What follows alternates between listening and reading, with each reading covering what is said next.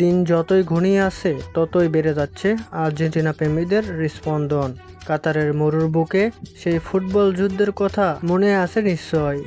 সৌদির সাথে প্রথম ম্যাচ হারের পর যে পরিমাণ লাঞ্ছিত হতে হয়েছিল ভক্ত সহ খোদ লিওনেল মেসিকে, শেষ পর্যন্ত সেই লিওর আর্জেন্টিনার কাছেই কোণেশ করতে হয়েছিল পুরো ফুটবল বিশ্বকে। কারণ ৩৬ বছরের শিরোপা খরা কাটিয়ে বিশ্বকাপের সেই সোনালি ট্রফিটা জায়গা পেয়েছিল আর্জেন্টিনার শোকেসে। আবারও এসেছে সেই মহাযজ্ঞ যার নাম ফুটবল বিশ্বকাপ। প্রস্তুত হচ্ছে প্রতিটি দল, সেই সাথে প্রস্তুত হচ্ছে আর্জেন্টিনাও। ডিফেন্ডিং চ্যাম্পিয়ন বলে কথা। আর এই প্রস্তুতির মাঝেই বোমা ফাটালো আর্জেন্টাইন সংবাদ মাধ্যম TYC স্পোর্টস। তারা জানিয়েছে রেডি হয়ে গেছে স্কালোনির স্কোয়াড।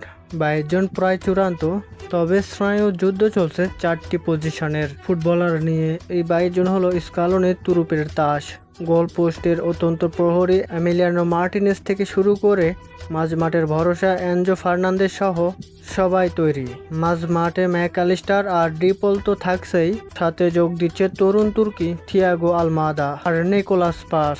প্রতিপক্ষর ঘুম কেড়ে নিতে লাউতারো হুইলিয়ান আর ফুটবল জাদুকর লিওনেল মেসি তো আসেনি। কিন্তু প্রশ্ন হলো শেষ মুহূর্তে এই বিশ্বজয়ী বাহিনীতে কারা হচ্ছেন সেই সারপ্রাইজ এন্ট্রি? বুড়ো হাড়ের ভেলকি দেখাতে অভিজ্ঞ আকর্নিয়া, নাকি গতির ঝড়ে প্রতিপক্ষকে কুপকাত করতে তরুণ ভ্যালেন্তিন বার্কো?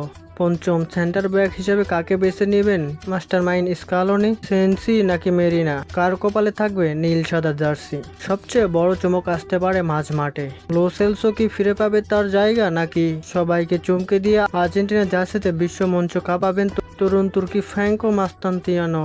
ওদিকে পেস্টিয়ানিকো কি পারবেন নিষেধাজ্ঞা দেয়ালটাকে টপকে বিশ্বমঞ্চে নামতে? স্কালোনির মাথায় এখন একটাই চিন্তা, সঠিক কম্বিনেশন।